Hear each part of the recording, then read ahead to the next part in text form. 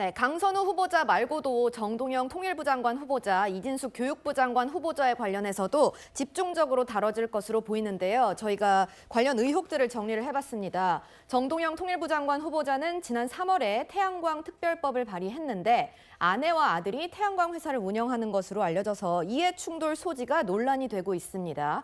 정 후보자 측은 청문회에서 소명하겠다라고 밝힌 상태고요. 이진숙 교육부 장관 후보자는 논문 표절 쪼개기 의혹과 자녀가 조기 유학 과정에서 국외 유학 규정을 위반했다라는 의혹을 받고 있는데 논문 표절 관련해서는 의혹을 부인하고 있고 자녀 조기 유학과 관련해서는 송구하다고 인정을 한 상태입니다. 민주당은 이제 각종 의혹에 대해서 청문회에서 당사자 입장을 들어보자라는 입장이고요. 반면 국민의힘은 민주당이 인사청문회에 뉴노멀을 만들었다라고 강공을 하고 있는데요. 목소리 듣고 이야기 이어가겠습니다. 청문회에서 당사자의 소명을 좀 들어봐야 한다고 생각합니다. 쌍방의 의견을 들어보고 이제 판단해야 될 부분이라고 생각합니다. 김민석 총리 청문회 당시 청문회를 통해서 밝히고 해명하겠다고 해놓고선 청문회에서는 자료로 내지 않고 이미 밝힌 바와 같이 해명이 됐다는 궤변만 늘어놓았습니다. 이 같은 더불어민주당의 인사청문회의 꼼수는 뉴노멀이 되었습니다.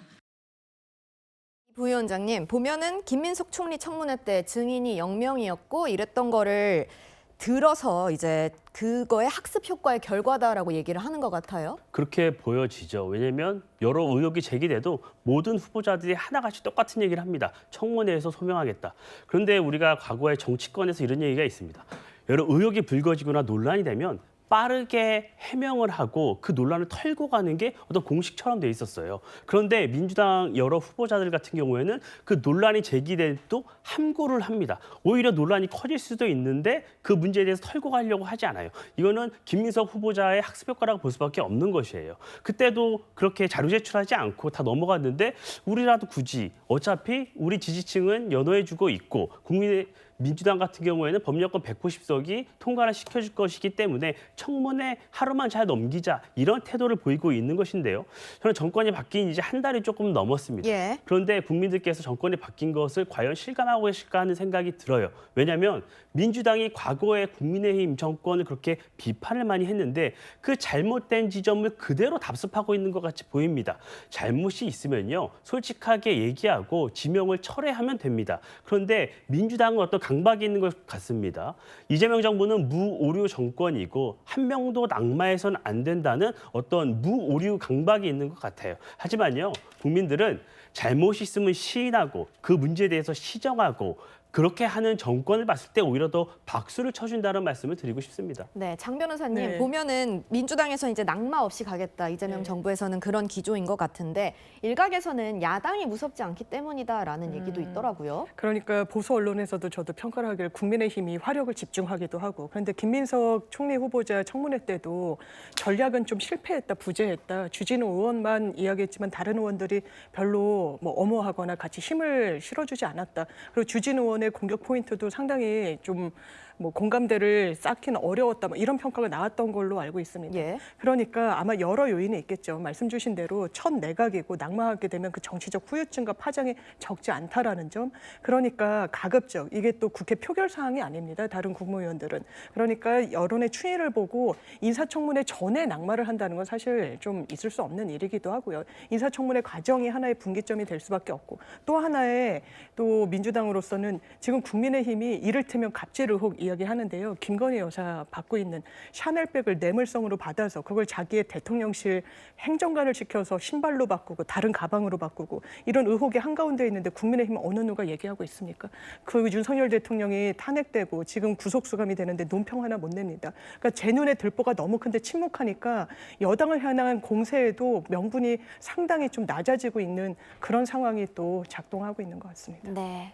한편 대통령과 오찬 자리에 다녀온 정규재 전 한국경제신문 주필은 식사 자리에서 이 대통령이 후보자들에 대한 생각을 밝혔다고 말했습니다. 목소리 듣고 오겠습니다. 교육부 이진숙 문제는 어떻게 되느냐. 이진숙도 문제고 저진숙도 문제다 이러면서 이제 막 웃기도 하고 그랬습니다만은 내가 알아서 추천한 건 아니고 추천을 받아가지고 그냥 처리가 된 건데 좀 문제가 있는 것 같아서 좀 자기도 딱하다. 네, 구 부장님 네. 보면은 이진숙도 문제고 저진숙도 문제다라는 얘기를 했다고 하는데 네. 이진숙은 누구고 저진숙은 누군가요? 제가 해석하기로는 이진숙은 지금 이진숙 교육부 장관 후보자를 지칭하는 것 같습니다. 왜냐하면 아무래도 인사권자인 대통령이 임명을 했기 때문에 상대적으로 가깝지 않겠습니까? 예. 하지만 윤석열 전 대통령이 임명한 이진숙 방통위원장 후보자도 지금 논란의 중심에 있기 때문에 아마 이진숙 방통위원장은 저진숙으로 칭하고 예. 본인이 임명한 이진숙 교육부 장관 후보자는 이진숙으로 칭했을 가능성이 큰데 네. 저는 앞으로 이진숙 교육부 장관 후보자가 인사청문회에서 충분히 소명이 되지 않는다라면 이 과거 문제가 됐던 오광수 민정수석이 자진 사퇴를 선택했듯이 이진숙 후보자의 경우에도 만약 인사청문회에서 충분히 소명이 되지 않고 국민 여론이 악화된다라면 예. 정권의 부담을 덜어주기 위해서라도 이 자진 사퇴라는 이 카드를 써야 되지 않을까 하는 생각이 듭니다. 왜냐하면 교육부 장관은 말 그대로 대한민국 공교육을 책임지는 수장입니다. 그런데 자신의 자녀를 국외 유학 규정을 위반하면서 유학을 시켰다는 것이 지금 드러나지 않았습니까? 그러면서 남의 자식들의 공교육은 내가 알아서 잘 시킬 테니까 나를 믿고 따라달라. 이렇게 얘기하는 것이 맞겠습니까? 또 한 가지는 자신의 대학 교수 시절에 자녀의 제자들의 석사학위, 박사학위를 자신을 제1저자로 올렸다는 거 아닙니까? 자신이 논문 지도를 했기 때문에 2저자, 3저자로 올리는 것은 얼마든지 많은 국민들 그리고 교육자들이 인정해 줄 수 있습니다. 하지만 그걸 학위를 따기 위해서 밤잠을 설쳐가면서 논문을 썼던 제자들의 논문을 자신이 마치 주도해서 쓴 것처럼 1저자로 올린 거에 대해서는 부도덕하다. 이런 평가를 하고 있는 국민이 많기 때문에 인사청문 과정에 충분히 소명되고 인사청문회 소명이 충분했다. 우리 국민들이 인정한다라면 교육부 장관직을 무난히 수행할 수 있겠지만 청문 과정에서 소명이 안 돼서 과연 저 사람이 대한민국 교육부 수장으로서 일을 제대로 하겠느냐 이런 의구심이 남아있다라면 인사권자 그리고 정권에 대한 부담을 덜어주기 위해서라도 이 자진 사퇴라는 또 다른 카드를 준비해야 되지 않을까 하는 생각이 듭니다. 네, 이진숙 후보자의 소명을 저희가 청문회에서 잘 지켜봐야 될 것 같습니다. 국민의힘은 아예 노래를 만들어서 장관 후보자들을 비판하고 있는데요. 같이 들어보시죠. 부적격자들이 정부 안에 가득해 이진숙, 이종석, 김영훈. 이진숙은 표절왕, 이종석은 과속 중독. 김영훈은 전가오범, 모두 부적격. 부르덕인 사도 정부 안에 가득해 강선우, 권오을, 정동영. 강선우는 갑질왕, 권오을은 허위글로. 정동영은 태양광 몰빵, 국민검증 각오해. 네, 이 질문은 미디어특위 부위원장 맡고 계시는 이민찬 부위원장님한테 여쭤봐야 될 것 같은데요. 뭐 선거 캠페인송 같은 전략인 건가요? 국민의힘이요, 이 의석도 적고 여러 가지 송곳 검증을 열심히 하고 있지만 이 여론에 크게 와닿지 않는다는 여러 지적들이 많이 있었습니다. 국민의힘이 107석으로 대여투쟁을 하다 보면 저희가 기댈 수 있는 건 국민밖에 없습니다. 그러다 보니까 국민의 여러분께 어떻게 하면 좀 더 친근하게 이 현 정부 내각 후보자들에게 문제점이 있다는 걸 알릴 수 있을까 다양한 고민을 했습니다. 그런 차원에서 연장선에서 이런 방법까지 쓰게 된 것이고요. 지금 여러 이재명 정부 후보자들의 평가가 스폰 내각이다, 갑질 내각이다, 표절 내각이다 이런 얘기가 나오고 있습니다. 그런데 민주당은 단 한 명도 낙마해서는 안 된다는 기조를 유지하고 있습니다. 그렇다면 저희 국민의힘에서는 조금 더 어떤 가시적인 성과를 내기 위해서 여론에 충분히 알리기 위해서 다양한 방법을 고민하고 있고 그 일단으로 이런 방법을 쓰게 됐다는 말씀 드립니다. 네.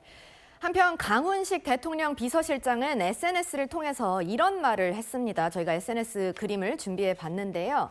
대통령이 눈이 너무 높으시다라고 얘기를 했고 인수위 없는 게 그렇게 서러웠다라고 얘기를 한 거예요. 박창진 부대변인님.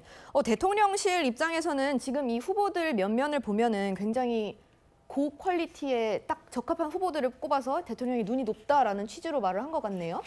일단 뭐 상황 설명을 하신 걸로 들어주시면 될 것 같고요. 급박한 상황이었던 것은 전 국민이 다 알고 있는 이야기입니다. 근데 좀 전에 말씀하신 것 중에 좀 저희가 수정해야 될 얘기가 있지 않나라는 생각이 드는데요. 절차적인 시스템 안에서 더불어민주당은 인사청문회가 이루어지길 바란다. 그 안으로 들어오시라. 국민의힘이 공당이고 국민을 대표하는 의원들이라면 그렇게 해달라라고 요구를 하는 것인데 자료 뭐 참고인 없었다라고 얘기하는데 그거 다 반기한 것이 국민의힘 아닙니까? 그래서 이런 절차적인 정당성 안에서 할 수 있는 활동들을 반기하면서 정쟁의 도구로 삼거나 여러 몰이로 삼아가려는 태도 자체가 저는 뉴노멀이다라고 정의하고 싶습니다. 더불어민주당은 다시 한번 말씀을 드립니다. 인사는 사람으로 완성되는 게 맞습니다. 그 사람 안에 검증해야 될 과오가 있다 그러면 적어도 국민을 대표하는 국회라고 하면 국회 안에서 이루어지는 일이라 그러면 절차적인 시스템 안에서 그것을 해결하는 방향이 맞는 것이고 그것을 통해서 국민을 설득시키는 것이 맞다. 이 과정을 저희는 지켜보겠다라고 말씀드린 것이다. 이렇게 말씀드리겠습니다. 방기라는 표현은 어떤 취지이실까요? 제가 알기로는 지금 이번에 이준석 후보자를 비롯해서 그 전에 저희 총리 후보 검증 때도 끝까지 자료 요청을 하기 위해서 들어오거나 적극적인 활동을 하지 않고 있다라는 말들이 나오고 있습니다. 이 점에서 말씀을 드린 겁니다. 단체 퇴장하거나 이런 부분들 방기라고 표현하셨는데 짧게 들어야 될 것 같습니다. 글쎄 뭐 전혀 공감할 수 없는 부분이고요. 국민의힘이 원하는 건 하나입니다. 내실 있는 청문회로 국민 눈높이에 맞는 검증을 하자는 거예요. 그 내실 있는 청문회를 하기 위한 가장 기본적인 게 뭐냐면 후보자에 대한 여러 자료 제출입니다. 뿐만 아니라 그것을 입증해 줄 수 있는 여러 증인, 참고인이에요. 예. 민주당 지금 정동영 후보자 단 한 건도 자료를 제출하고 있지 않고 있어요. 뿐만 아니라 김민석 후보자 사상 최초로 증인 참고인이 없는 청문회가 진행됐습니다. 지금 여러 국무위원 후보자들에 대해서 청문회가 예정돼 있는데요. 여전히 자료 제출률이 0%, 4%밖에 지나지 않아요. 뿐만 아니라 증인 참고인 채택도 이루어지지 않고 있습니다. 국민의힘은 원합니다. 증인 참고인 합의해 주시고요. 자료 제출해 주시면 내실 있는 청문회 하겠다 약속하겠습니다. 알겠습니다.